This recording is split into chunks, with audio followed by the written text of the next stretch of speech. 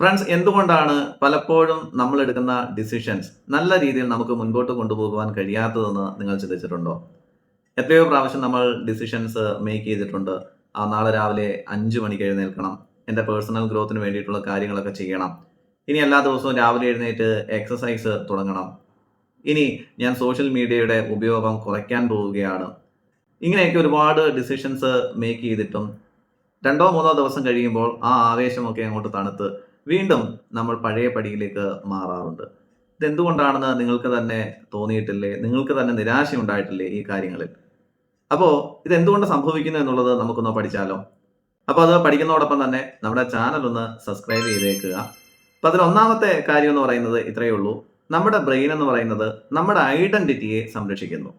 ഒന്നുകൂടി വ്യക്തമായിട്ട് പറഞ്ഞു കഴിഞ്ഞാൽ, നമ്മുടെ ബ്രെയിനിന്റെ ഒരു സ്വഭാവം അനുസരിച്ച് നമ്മൾ നമ്മളെക്കുറിച്ച് എന്താണോ വിശ്വസിച്ചുകൊണ്ടിരിക്കുന്നത് അതിനനുസരിച്ചിട്ടുള്ള തെളിവുകൾ ഈ ഔട്ടർ വേൾഡിൽ ഇങ്ങനെ തേടിക്കൊണ്ടേയിരിക്കും. ഒരു ഉദാഹരണം പറയുകയാണെങ്കിൽ, ഇപ്പം നമ്മുടെ ഒരു ഫ്രണ്ട് സർക്കിളിലുള്ള ഫ്രണ്ട്സിനെ ഒന്ന് നോക്കിക്കേ. നമ്മുടെ ഒരു മൈൻഡ് സെറ്റിന് തക്കതായിട്ടുള്ള അല്ലെങ്കിൽ നമ്മുടെ തന്നെ സ്വഭാവമുള്ള ഏകദേശം സ്വഭാവമൊക്കെ ഉള്ള കൂട്ടുകാരായിരിക്കും നമ്മുടെ ഫ്രണ്ട് സർക്കിളിലുള്ളത്. അത് എത്ര നല്ലതാണെങ്കിലും എത്ര മോശമാണെങ്കിലും. ഇനിയിപ്പോൾ ഒരു മോശം കൂട്ടുകെട്ടിൽ നിന്ന് പുറത്ത് കിടക്കണമെന്ന് നമ്മൾ വിചാരിച്ചു കഴിഞ്ഞാലും 2 ദിവസം കഴിയുമ്പോഴത്തേക്ക് നമ്മൾ അവരിലേക്ക് ഇൻഫ്ലുവൻസ് ചെയ്യപ്പെടും. നമ്മൾ പഴയ പടിയിലേക്ക് മാറും, അല്ലേ? ഇവിടെ നമ്മൾ ആദ്യം ശ്രദ്ധിക്കേണ്ട കാര്യം, നമ്മൾ എന്തൊക്കെ ചെയ്യുന്നു എന്നുള്ളതിലല്ല കാര്യം, നമ്മൾ ആരാണ് എന്നുള്ളതിലാണ് കാര്യം. കുറച്ചുകൂടി വ്യക്തമായിട്ട് പറഞ്ഞു കഴിഞ്ഞാൽ, നിങ്ങൾ ഈ ആക്ടേഴ്സിനെ കണ്ടിട്ടില്ലേ? നിങ്ങളുടെ ഫേവറേറ്റ് ആക്ടർ ആരാണ്? അദ്ദേഹത്തെ നിങ്ങൾ മനസ്സിലൊന്ന് സങ്കല്പിക്കുക. ഇപ്പോൾ അദ്ദേഹം ഒരു മൂവിയിൽ അഭിനയിക്കാൻ പോകുന്നതിന് മാസങ്ങൾക്ക് മുൻപ് തന്നെ അദ്ദേഹം നല്ല രീതിയിലൊരു പ്രിപ്പറേഷൻ നടത്തും. അതായത് ഏത് ക്യാരക്ടറാണോ അദ്ദേഹം കൈകാര്യം ചെയ്യാൻ പോകുന്നത് ആ ക്യാരക്ടറിൻ്റെതായിട്ടുള്ള ഒരു ഐഡന്റിറ്റി അദ്ദേഹം സ്വീകരിക്കാൻ തുടങ്ങും. മാസങ്ങൾക്ക് മുൻപേ അദ്ദേഹത്തിന്റെ സംസാരം ഒന്ന് മാറാൻ തുടങ്ങും, അല്ലെങ്കിൽ മാറ്റാൻ ശ്രമിക്കും. അദ്ദേഹത്തിന്റെ വാക്കിംഗ് സ്റ്റൈൽ ഒന്ന് മാറ്റാൻ ശ്രമിക്കും. അദ്ദേഹത്തിന്റെ ബോഡി ലാംഗ്വേജ് ഒന്ന് മാറ്റാൻ ശ്രമിക്കും.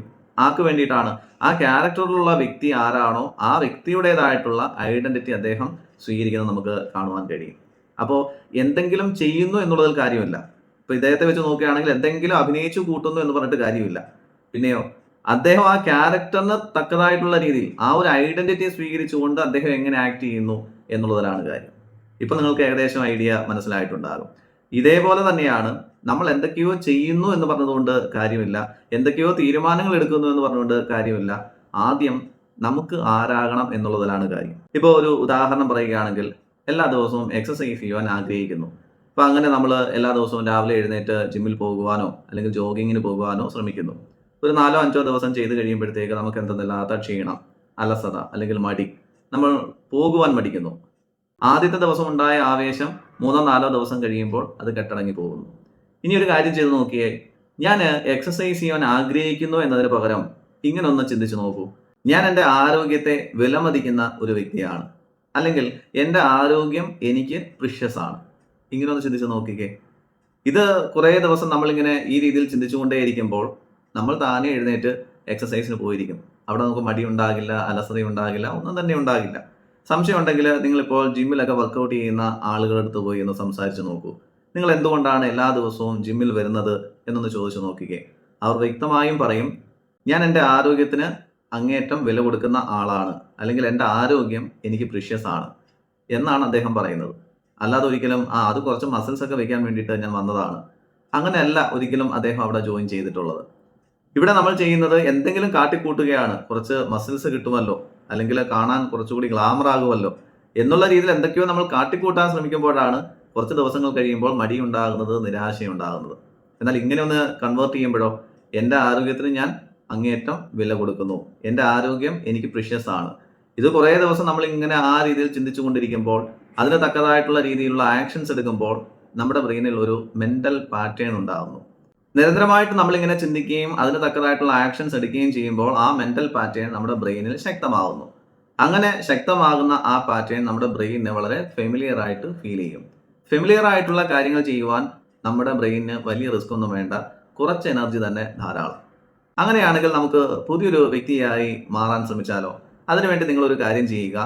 അടുത്ത ഒരു 7 ദിവസം നിങ്ങൾ എന്തൊക്കെ ചെയ്യാൻ പോകുന്നു എന്നുള്ളതിനെ കുറിച്ച് ചിന്തിക്കാനോ സംസാരിക്കാനോ മറ്റുള്ളവരുമായിട്ട് ഡിസ്കസ് ചെയ്യാനോ പോകണ്ട. അതിന് പകരം നിങ്ങൾക്ക് ആരാകണം എന്നുള്ളതിനെ കുറിച്ച് നിങ്ങളൊന്ന് ചിന്തിക്കുക, അതിനെക്കുറിച്ച് നിങ്ങളൊന്ന് സംസാരിക്കുക. ഇനി ആരോടെങ്കിലും ഡിസ്കസ് ചെയ്യുന്നുണ്ടെങ്കിലും അതിനെക്കുറിച്ച് മാത്രം ഡിസ്കസ് ചെയ്യാനായിട്ട് ശ്രമിക്കുക. അത് പോസിറ്റീവായിട്ടുള്ള വ്യക്തികളോട് മാത്രമായിരിക്കണം. ഓക്കെ. ഇങ്ങനെ നിരന്തരമായിട്ട് നമ്മളിങ്ങനെ അതിനെക്കുറിച്ച് ചിന്തിക്കുകയും അതിന് തക്കതായിട്ടുള്ള ആക്ഷൻസ് എടുക്കുകയും ചെയ്യുമ്പോൾ നമ്മുടെ ഐഡന്റിറ്റി അങ്ങോട്ട് മാറാൻ തുടങ്ങും.